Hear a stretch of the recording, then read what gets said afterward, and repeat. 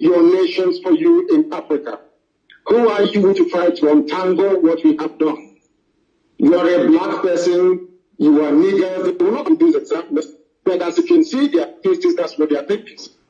They tell you all these things and they say, oh, try and go and resolve your issues. And when you say to them, we have divergent value systems, the very foundational block of any society is a commonality of value system, of tradition, of religion, of language, and perhaps of some kind of, should I say, social similarities. In Nigeria, you don't have it. I am more closely affiliated with a Westerner more than I am with a Fulani person. So once you keep drumming all these things down, after a while they get to appreciate and to understand it. But anybody expecting the UN to rise up and make a categorical pronouncement on the division of a sovereign nation affiliated to them without any cause for it is grossly mistaken.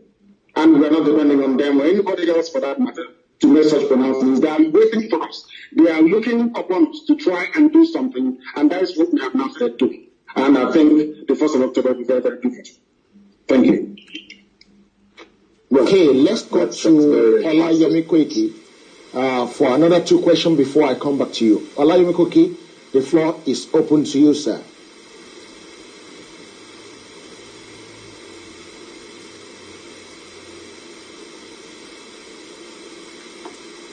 One that I believe will go. Sorry, I think we lost your voice. We lost your audio at the beginning. Could you start again, please, Olayomi Koiki? I said, first and foremost, I'd like to appreciate Heritage Television for bringing this together. And I'm sure this is one area that a lot of people might never think would eventually come to happen today. And why do I say that? So many, people from the Yorubas always, have a different, opinion and view about the leader of the Biafra, Mazi Nnamdi Kanu, that I have opportunity, to sit down right now, in as much as we're using the technology, but sitting on a round table and having this kind of discussion. The first question I'd like to ask is, how do we build, these kind of, I understand there's been history between, the Yorubas and the Biafra.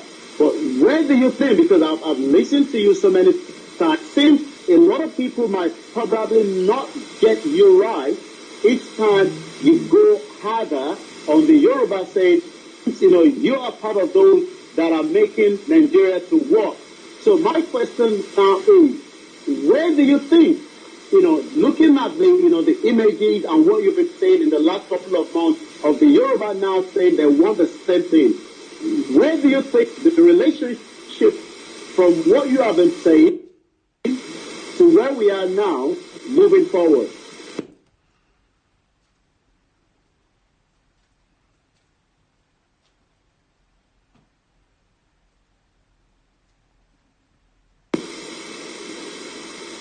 It's a very good thing. I think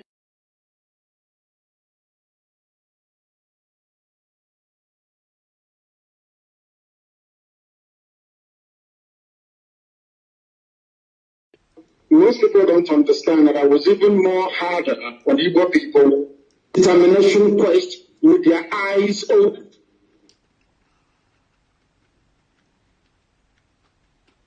To understand what they're going through. And I am very good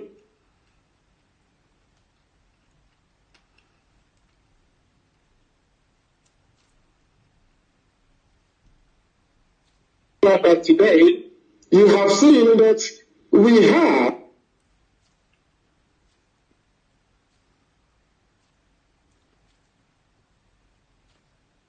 woken up the Yorubas. The little worries have now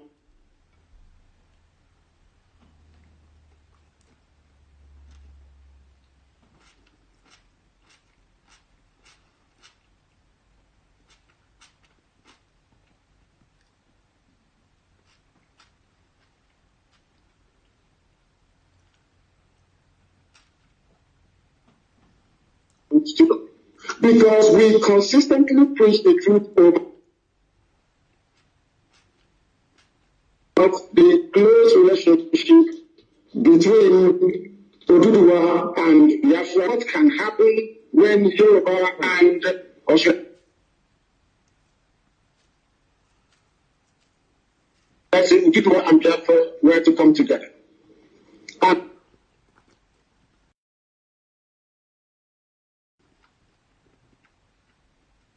that is a perfect example, and it's been flourishing for hundreds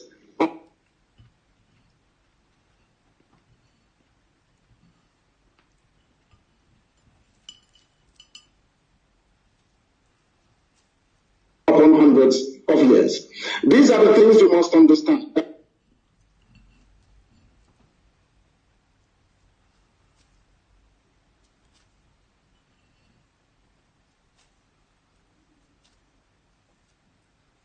We predicate all we do on truth.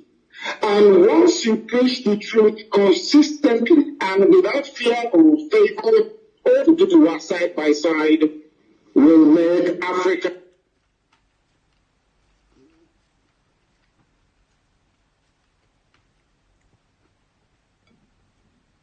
a better continent and a place for all black people to be.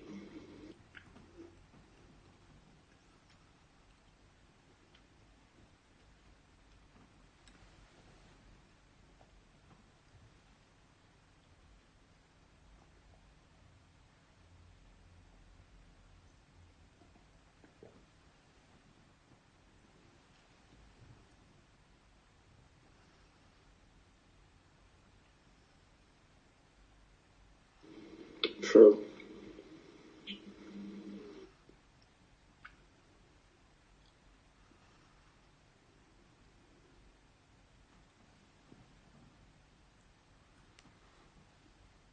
Emerge in Yoruba land, that sooner rather than later our freedom will be assured. But that depends on the level of hard work we are determined and prepared to put in. And that hard work must contain within it honesty, truthfulness, perseverance, and fearlessness. Very, very important. So that if you confront those we call affiliations, where we come from, the failures and receptacles within the nation, the same way that we have managed to contain some of them in Biafra land, then our freedom will be far more easily assured. But I want you to understand something, that there are a lot of countries right across the world with vested interest in seeing Nigeria continue. They too are not going to give up very easily. They too are going to fight very, very hard to ensure that Nigeria remains one because of what they gain from it, because of the deplorable levels of corruption, because of the high crimes taking place, because they can make as much money as possible from the corruption within Nigeria without anybody holding them accountable. These are the things we ought to be very conscious of all the time. But we have one thing in our favor. This is the very first time that we are coming together as people from the South, those who actually fought for the independence of Nigeria, starting from Herbert Macaulay to go to Nigeria. Remember that? Who later on, the Yoruba man handed over to Nnamdi Azikiwe. I don't know if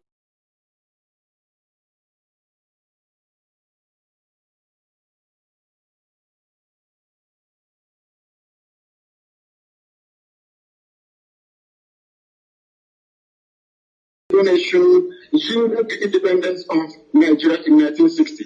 Because without Herbert Macaulay actually picking Dr. Nnamdi Azikiwe to lead NCNC, I don't think that the history of Nigeria will be as it is today. What we are trying to say is this. People say it's taking a very long time.